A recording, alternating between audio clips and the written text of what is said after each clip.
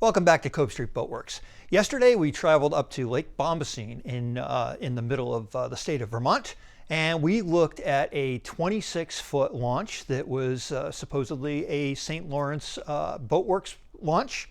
When we got there, we discovered some very interesting facts about it. So we went into the boathouse and we inspected the 26-foot hull that was still hung in straps and had not been in the water this year yet. They have been placing it in the water just to swell it up over the last 2 years, but it has not, the engine hasn't been run for at least 2 years. The last time they had started it and actively tried to get it in the water and moving, they heard a loud noise. They think that maybe a valve stuck or some of the babbitt. It is a Model T. It's a St. Lawrence Engine Company conversion. 1922, stamped on the reverse gear on the transmission. It looks completely original.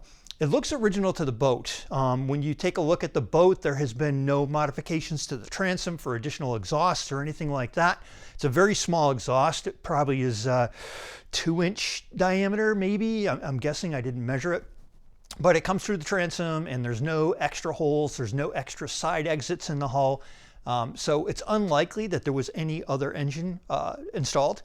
What was unexpected was that in 1922, if we take it for granted that that's the year the hull and the engine were married, there's no longitudinal stringers in it. So typically around that time, like with this fan Bowen, you're going to see more powerful engines, you know, moving away from single and double cylinder engines and moving into more modern 4-cylinder engines with higher horsepower and reasonably good torque and speed and RPM. So you're going to see the inclusion in the design of 2 longitudinal stringers. We'll take a look inside the fan Bowen here. That help to distribute the power that is, you know, being driven through the water by the engine and the opposite force that is being applied to the hull as that propeller pushes in the water and makes that forward movement. That all transmits up through the propeller shaft to the engine and, you know, pushes the hull through the water. If there wasn't any substantial way to distribute that force, the way these early boats were built, you would end up breaking a lot of frames.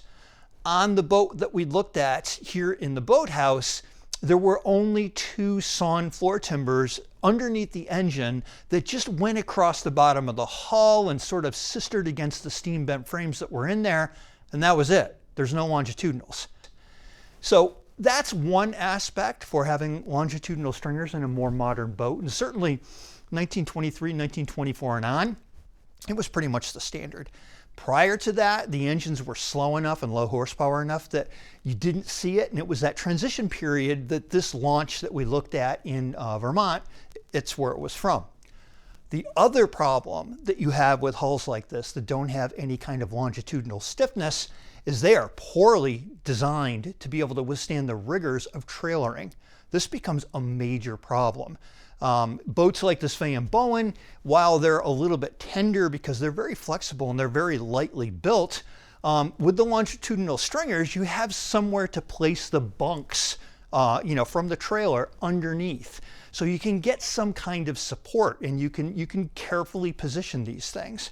On a classic Chris Craft or a Garwood, you have a lot of heavy duty framing in there and you have the chine and you can support it out in the chine area and you have no trouble trailering those kinds of boats. But this boat that we looked at in Vermont, it's going to be a challenge to trailer, not only because it doesn't have any kind of longitudinal stiffness in it, no structure or elements like that. I don't even think it had any bilge stringers, which classically, you know, go along the outside periphery on the inside of the hull, but along the outside edge of the floorboard. It's what the floorboards connect up to. I didn't see anything like that in this hull whatsoever. So it was just strictly resting on the floor timbers that were in there, and that's what gave you the outline of the floors.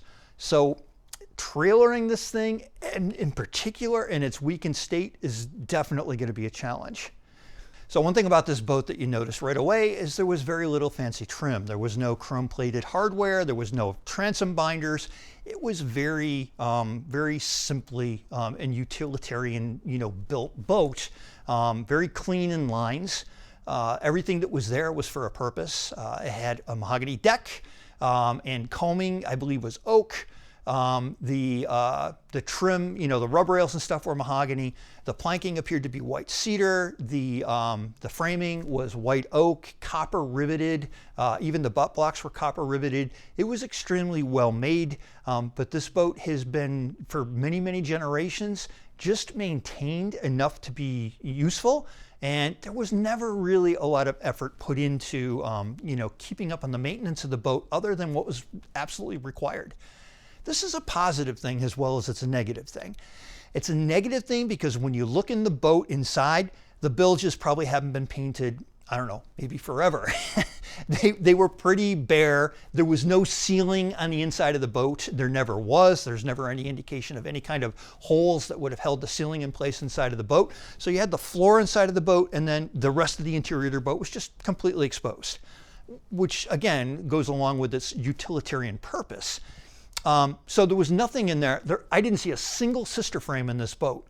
So it had never been repaired other than on the outside where there were copper patches placed in various spots, usually about the turn of the bilge, especially on the starboard side. There were many, many more of them in a line on the starboard side than there were on the port side, but they were both sides. They were present. And obviously there must have been, you know, some rocks or obstructions that boat had a tendency to hit. It could have even been backing it into the boathouse, you know, hitting the corner of the boathouse. I don't know, but something repeatedly definitely worked the boat in those areas. And there were many, many patches in those areas. On the transom, you could see where there was some kind of damage at the bottom edge of the transom where they had used some kind of fiberglass, you know, composite kind of approach to filling it in. There's quite a bit of abrasion on the port side of the transom. All of these things just indicate that it had been well loved and well used, but there was never any serious restoration done to it. And that brings us to the positive side. This boat would be pretty easy to rebuild. You can go in there and split those frames out. The shape of the hull is still very, very much a good representation of how it was originally built. The plank seams, believe it or not, are still fairly tight. So there hasn't been a lot of movement in the hull. You're not going to see a lot of disfigurement, or you're not going to see a big change in the shape from port to starboard side. It looked pretty uniform, pretty original. So going through and doing a restoration on this boat would be pretty straightforward. The bad news is, since there's been no maintenance done on it for a long, long time, it really needs to be, you know, generally reconstructed.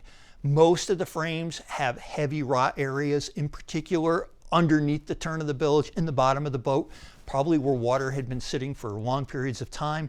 The white oak is heavily rotted out in those areas, in particular around the shaft log, where the shaft comes through the hull at the keel. That keel area and the shaft log, also white oak, heavily, heavily rotted. There's a couple areas where the planking is rotted at the seam, which is really unusual for white cedar. Most of the planking, especially above the waterline, looked pristine. I mean, other than outside impacts, it looked like it was in really good shape and easily could be reused. The ramp is directly across the lake to extract the boat. So there's the trailering problem that we spoke about. The trailer is going to have to be very, configurable so that we can get the bunks where we need to get them under this hull. The owner's considering not putting it in the water this year, because when you put it in the water and allow it to soak up, you're going to add weight to the wood. And that's going to be bad if it gets pulled out of the water, put onto a trailer, and trailered down the road for any particular, you know, distance. So keeping it out of the water is going to certainly allow it to leak a little more as it makes that initial journey across the lake. That's going to be another risk that they're going to have to be concerned with. But it's a trade-off. Do you want to add the extra weight to the planking and then have more possibility of breaking more of the structure as it's being trailered down the road? Or do you want to keep it as lightweight as possible and try to man multiple pumps in the hull, you know, to keep the water out so you can just make it across the lake to the ramp? The engine, like I said, hadn't been running in a couple of years. So that's going to be a challenge. It's going to have to be towed over. It can't be towed under its own power. There's a question about the cleat on the front deck, although it's been used many times to tow the boat.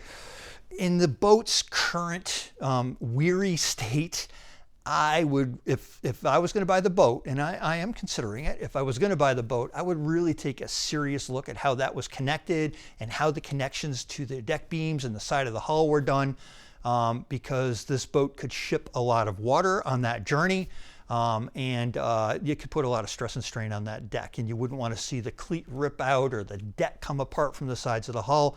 That could be a problem. And then once we get it over to the other side, getting it up and on the trailer, floating it on the trailer, and then having a couple jacks there so we can lift the hull and move the bunks to try to get it to be the most supportive we can, and perhaps even connecting some straps between the bunks to try to catch and distribute some of that support of the weight between the bunks to try to help the hull remain intact as it journeys down the road. The boat was thought to be a St. Lawrence Boatworks boat, but I think the connection between the engine and the conversion for the engine and the boat probably are overstated. There was no real indication of who the builder might be, and there were dozens and dozens of builders in the St. Lawrence area at that time where the engine came from, especially the time period between 1922 and about 1926. Model T Marine conversions were all the rage. St. Lawrence Engine Company produced many, many of them. You see them in the advertisements in the magazines at the time. So it could have been any of the local builders that actually constructed this hull.